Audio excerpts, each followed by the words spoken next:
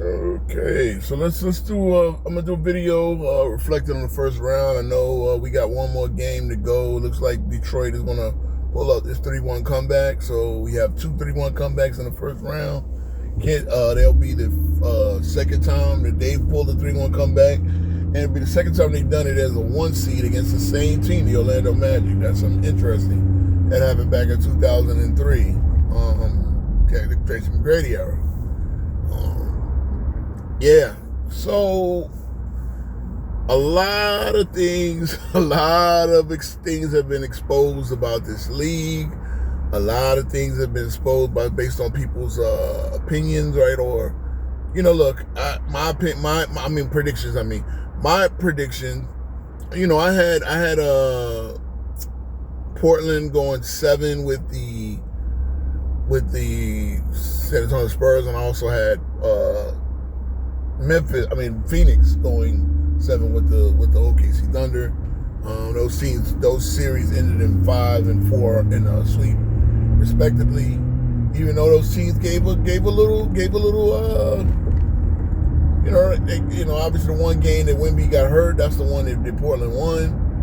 I believe Bill Wemby didn't play in Game 3, and then he came back in Game 4 and 5. And so those were the two easy series, right? The easiest series in the East, I guess, was the Knicks, right? Who struggled with the Hawks. They were down 2-1. Knicks were down 2-1. So I believe it's one of the only times the Knicks have came back. Well, we've come back in other series, but one of the times I can remember where they came back from being down in one of series. Knicks were a better team. Few teams got exposed. Well, everybody's odds-on favorite, the Boston Celtics, obviously lost last night. Blew a 3-1 lead. No Jason Tatum and we can get into that, right?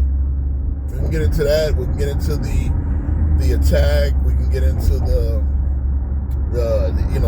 Boston fans are calling for Joe Mazzulla's head. Between the ones that are saying it was a great season, despite getting the second seed and losing in the first round and losing a 3-1 lead and being very arrogant about it, right? But we weren't supposed to get Jason Tatum back. Well, you still were in the second seed when Jason Tatum came back. So it was Jason Tatum coming back that was supposed to make you unbeatable. Here's the problem: Jason Tatum came back, and instead of putting him on a strict minutes limit, you played him 40 minutes. You played him 41 minutes in certain games. I guarantee if I can go down the Jason Tatum game log, he's playing over 40 minutes in a game or two. And when you lose into a knee injury in Game 7, and then your team proceeds to get beat, your team proceeds to not be able to have any answers for a Joel Embiid. Well, what did you expect? So that, and again, their propensity to take the three, they're just like, again, I've always said this about Boston. Team shoots so many threes. It can look good when it's looking good, and again, that's what makes people think they were unbeatable. But when you're taking threes and a 3-point shot does not drop, and you go under, it's one thing if you're shooting about 30% every night, at least about 30. When you're going under 20, 25%, what are you doing? And the Detroit Pistons game just came in final, 22-point low win for the Pistons. They move on. Even though they won and they come back from 3-1, I know that's like the romantic thing, right? Coming back from a 3-1 deficit. When you're a 1 seed and you're down 3-1 in the first place, it tells me your team has some issues. So now the last game, you're gonna have Toronto versus Cleveland in Cleveland. I'm rooting for Toronto. I expect Cleveland to win, and I expect Cleveland to win the next series against the Pistons, because the Pistons were exposed on a few things too. They had a good offensive night today, 116 points. Tobias Harris, 27 points on a clean shooting percentage. Same thing with Devin Bain. The same thing with Kate Cunningham. And he had a clean 10-3 assist to turnover ratio. Great. Good job. job, Pistons. You won Game 7 at home, but again, it's you finally got a third guy get double figures tonight, right? And it wasn't, Duren again, another Jalen Duren might not be that guy. Only 9 points again, 14 rebounds. Okay, he did something. He did his job on the boards, but again, as we see, Jalen Duren is not a guy you can go to for buckets. He's not a go-to guy. He's a guy that can clean up and all that, and that's good, but, Orlando is another team. And again, they lost Franz Wagner for the last 3 games. I can tell you that's a factor.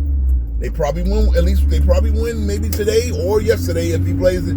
On Friday night if he wins in either of those games. But I don't care if you're missing your second best scorer or not. Taking 23 straight shots with no makes is putrid. It's putrid. And this is what I say about the prognosticators that love to say about this era, because this is the overall theme of this video. This era is being exposed for a lot of bad basketball. There's a lot of bad basketball being played in this quote-unquote era. This glorious era they love to overglaze. This era is a bad era of basketball, bro. Like, too much between the Celtics, the Pistons, the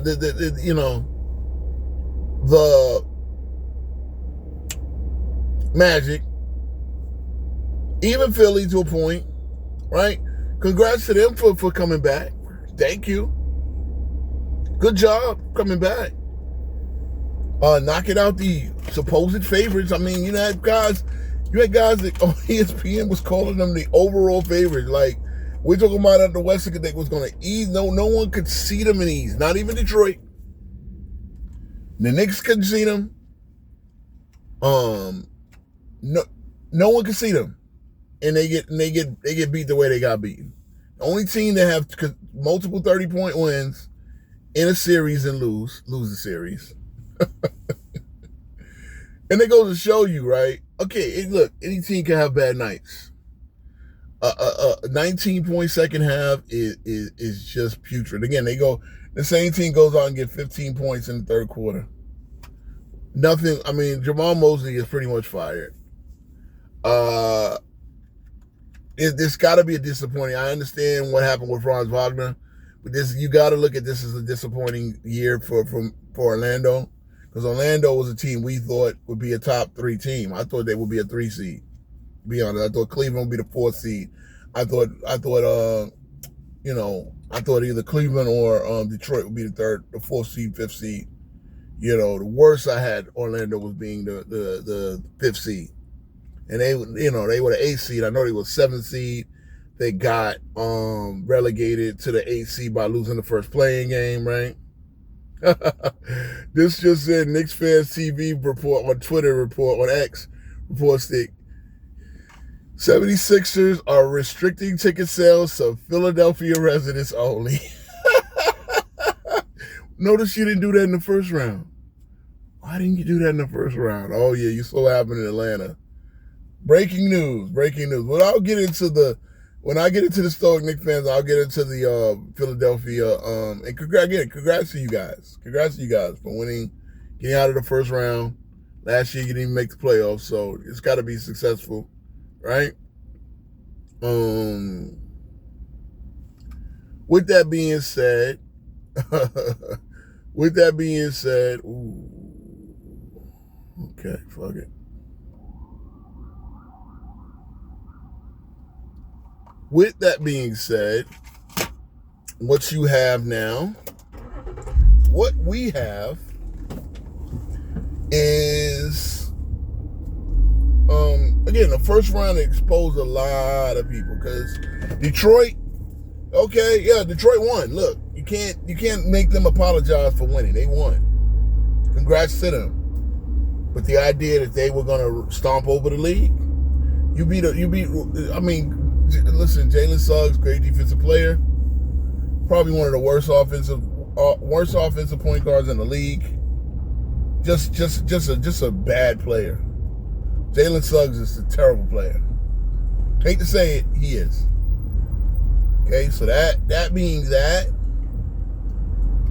you have Suggs' situation. You have, well, wait a minute, how they giving me a Costco? Okay, I'm not gonna argue. Sorry about that. You have Orlando. For me, the fix for Orlando, get a point guard, that you can move Jalen Suggs either to the three guard rotation with him and Desmond Bane. Unless they're gonna continue to push Anthony Black into that starting role, I don't know. But I'd probably try to get a full, like, Anthony Black is either I'm gonna use Anthony Black to get a better player. Obviously they need Franz Wagner back, but you got a couple of years the way they play basketball, where Paolo and Franz Wagner they take injuries. They're just injury prone players at this point, right? Both of them they were missing for parts of this year, and they were missing them for a big part of last year. I've said this. It's about health, because again, I know what a lot of NBA fans like to do. Oh, but this guy was, again, look, but this guy was injured. Injuries. If a guy's injury prone, that's just a part of his profile. You don't get to win things you didn't win in the court of public opinion because someone was injured. That's not how it works. That's not how the situation works. You don't get to win things in the court of public opinion said because someone was hurt. It's part of basketball. People get hurt. Players get hurt. It is what it is, right? So I'll go from this point, right? I said this, 2 years ago. The Knicks had a lot of injuries in the middle of that run, and I thought we could have definitely gave Boston all they wanted in the conference finals had we made it there. And instead, we had 5 guys from the key part of the rotation who were missing, like Julius Randle from the start of the playoffs, right? We thought we would be able to rehab him in to not getting shoulder surgery. He got shoulder surgery, right? And then we wound up trading him before the beginning of the next year. We lost Bogdanovich. We lost Mitchell Robinson, a broken ankle. We had 2 broken ankles. We lost OG Anunoby to the hamstring pull, which is what Luka's going through right now, right?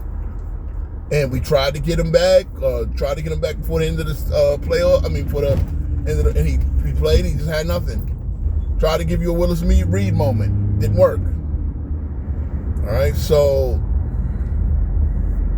there's things you gotta kind of account for when it comes to injuries. You don't get to relitigate. That's my thing. You don't get to relitigate injuries in your head. You don't get to relitigate the actual playoff results because of injuries. You get what I mean? And part of it is keeping what does the training staff do to keep a team healthy? Listen, Franz Wagner. Or again, Orlando should be a better team than they are. But losing Franz Wagner and really just being a team that could not step up and make up for what Franz Wagner, the absence of Franz Wagner, is just part of what makes them not a great team. I mean, overall. And again, it's got to be a disappointment. To be up 3-1, to be up at home by 24 and get 19 points. 19. Let's just say you double that. You're out of that game. You're out of that game. If you double the 19 points, that's 38. That's a bad in this day and era, in this day and age, and this is what I mean, right? When they say that this era, when they like to error tax other errors, how do you have that?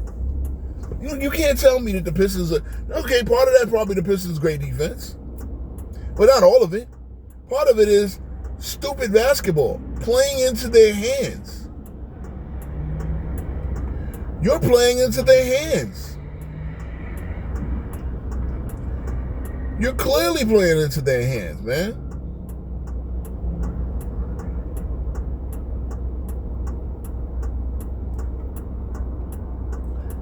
When you play into a team's hands the way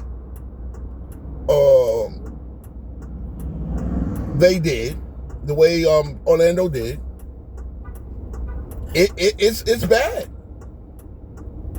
It's bad. This is not a good era of basketball because the idea of big, like to sit there and look at some of these historical collapse and historically bad, like think about 23 missed shots in a row by a whole team. By a whole team, no one on the team was able to hit a basket. They went 51 minutes of real time, not 51 minutes of court time, of game time, but 51 minutes of real time without scoring a single point. No, that's disgusting. I'm sorry, that's disgusting. Anyway you slice it. Any way you slice it, that's disgusting. Any way you slice it, that is just disgusting basketball.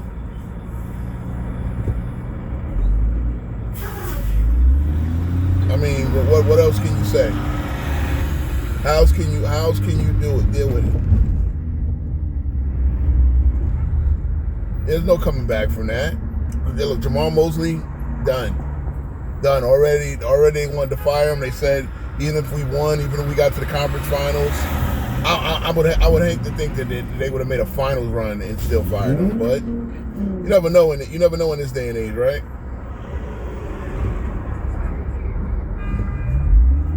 It is something else. I will say it's something else.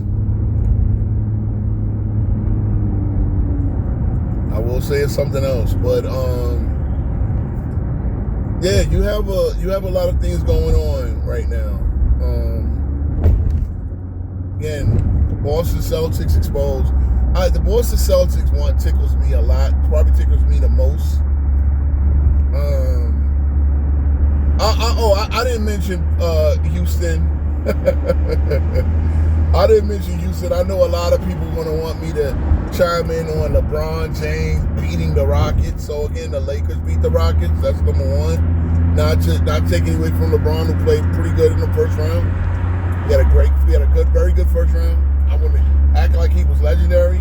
No, the numbers that he had. Come on now, we anybody that watched the series knew him. And all of a sudden, these so-called Laker LeBron fans out there, oh my God, these Laker LeBron fans who need to be. Oh shit, I'm the wrong way. It's all good. I'm close, correct. But these Laker LeBron fans, y'all are something else.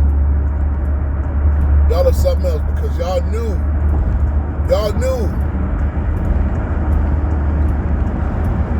what LeBron was supposedly doing. I mean, like, y'all knew that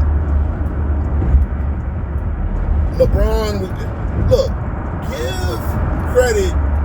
LeBron didn't have as bad as the team we thought. And the Rockets.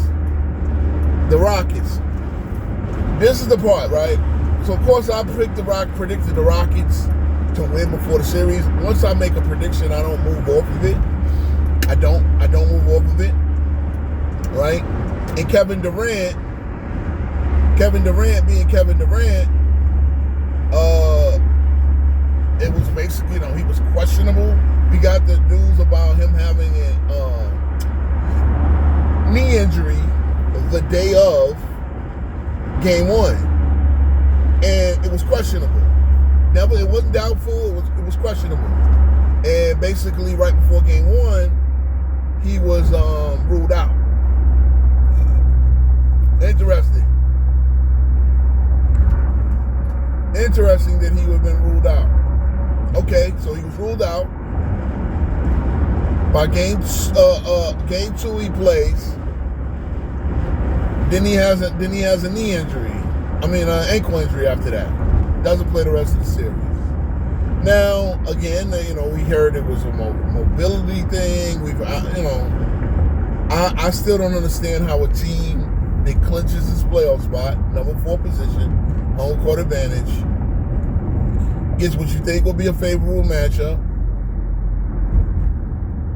and their player, pretty much, their star player, pretty much sustains an injury in the 8-9 days that the team didn't play. Okay, all right. Kevin Durant was hurt, I guess. So the Lakers won. The Lakers play better defense. I'm not gonna get into the damn near blowing the 3-0 lead thing. Obviously, we know if that had happened, that would have been a blight, a stain on the resume of that guy that y'all love to. Because again, my thing is, this is what I ask about LeBron fans. If y'all want to give him credit, if he gets credit for winning the first round against the Rockets, right? A flawed Rockets team, which in your heart of hearts you kind of know, without Kevin Durant, because that's one thing I'll say about Kevin Durant as well. The Rockets traded their identity for Kevin Durant, and to not have Kevin Durant in the playoffs obviously reduces what they are and what could have been as a team. Clearly. All right. So that being that, what do you have now? Well, you have a situation where the Lakers were able to take advantage. Rockets had a monumental breakdown at Game 3 at home. Right. I'm sorry. Yeah, the Lakers did clinch home court advantage. Rockets with a 5 seed. I forgot about that. But so the Lakers. And I apologize. I'm a little bit distracted. Clearly, I'm driving, but I'm just trying to really gather my thoughts as I do it, because there's a lot of things that happened over this first round. So shout out to Toronto taking it to Game 7. I think Toronto is a team that can say, "Hey, we're on the right path." And I know they lost Brandon Ingram. Seems like he's always hurt, man. I mean, Brandon Ingram's a great player, very good player, but always hurt. It's just, wow.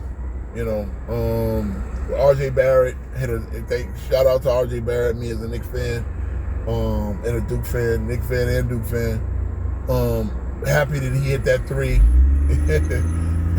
Looked like a magnet ball, but he hit that 3. To send it to Game 7. But yeah, Houston, Kevin Durant's legacy has to take a hit.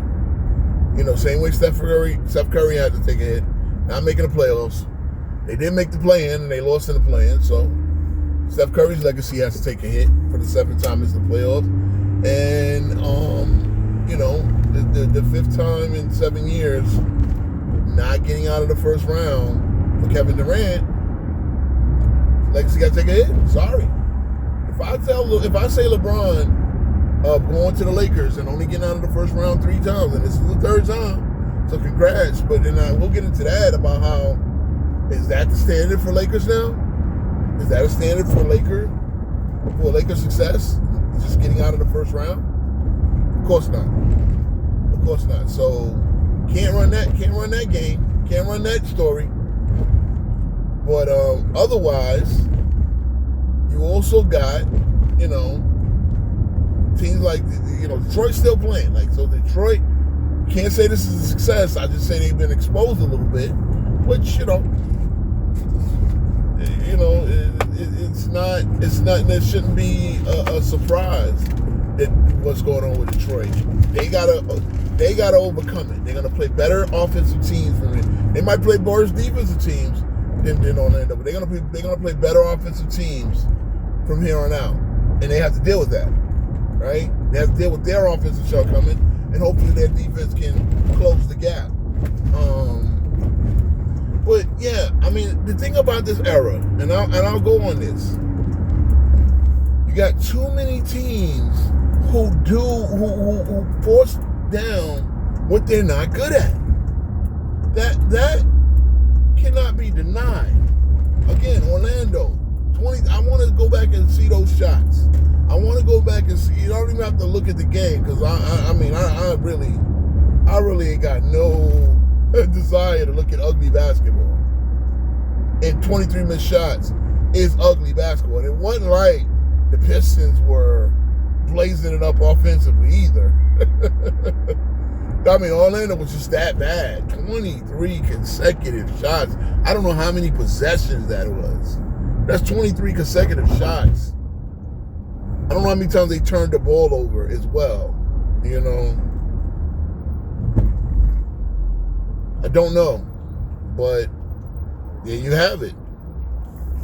There you have it. I mean, it's just teams that are doing things. And I've always said this about Orlando. I said this about Boston. You got slashes. Why is the game to shoot three? Why is it to shoot threes? Why are you not running more action for Jaylen Brown, especially when in a situation when you got the lead? You just keep shooting threes. Eventually you'll make some, but when you don't make some, you blow leads like you do. You lose to teams you're not supposed to lose to. Philly, listen. Can you say if they go down in the Knicks, and I'll get into it in deeper detail, but if they lose to the Knicks in 5 or a sweep, or even 6, if they lose at all, is this a successful season for Philly? I don't know. Philly's been on this process since when? 2012, 13, 14? The year they traded Andre Iguodala, it was trust the process. So I believe that was around 13, 14, right? 2013. And 14 was the year they drafted Joel Embiid. Well, again, you know, this is now your how many a chance to go to the conference finals? What do you mean?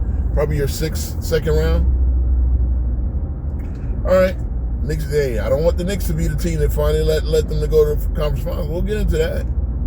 I don't want to be overconfident because I got a lot more thoughts on the Knicks Sixers series, and I don't want to be overconfident like I was against Indiana last year. Obviously, Philly is dangerous with Joel Embiid if Joel Embiid can cook, and if Joel Embiid can stay healthy through the playoffs, which is a big if, through the series, which is a big if. Here's the thing: I'm already hearing the excuses if the Knicks do beat Joel Embiid. Well, he was hurt. Well, again, ain't that what Joel Embiid always is? Again, this man got appendix surgery right before the playoffs. I mean, what else in that body is going to start? You know, at the end of that game, you know, when he took that knee bump from Jaylen Brown, it didn't look like he was moving well. But shout out to Embiid for being a warrior to finish that series off. He absolutely fried the Celtics down the stretch. Trust me. The enemy of my enemy is my friend, but both of them, in my opinion, as a Knicks fan, both Philly and Boston is an enemy. I guess the team that I dislike the more would be Boston. It's just like the Pistons Magic series. I dislike Pistons more, especially from their fans. I don't hear too many Orlando fans talking as greasy and spicy as they do. But you know. Let's see. The other two. I gotta get on the Denver and Detroit. It's another one that got exposed, right? Denver got exposed. Team that I thought that would get to the finals. I actually had them as my finals pick. So Knicks are like the only team keeping up my my preseason bracket, if you want to say. Denver, Jokic played bad. What can I tell you? I'm a Jokic fan. I'm a guy that's going to make any excuses. He got outplayed by Rudy Gobert. Rudy Gobert shows you that against certain guys, he can't be a good one-on-one defender. He completely did his thing. Completely.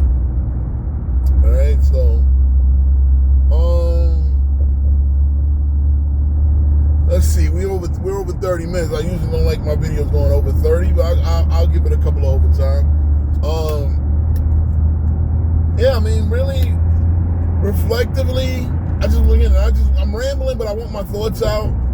A lot of things got exposed, right? A lot of things. I know there's a lot of popular narratives out there. A lot of people, those who, I really want people to, like Atlanta being better than the Knicks, Boston being the odds-on favorites of the East, their fans mocking Philly fans who said we want Philly.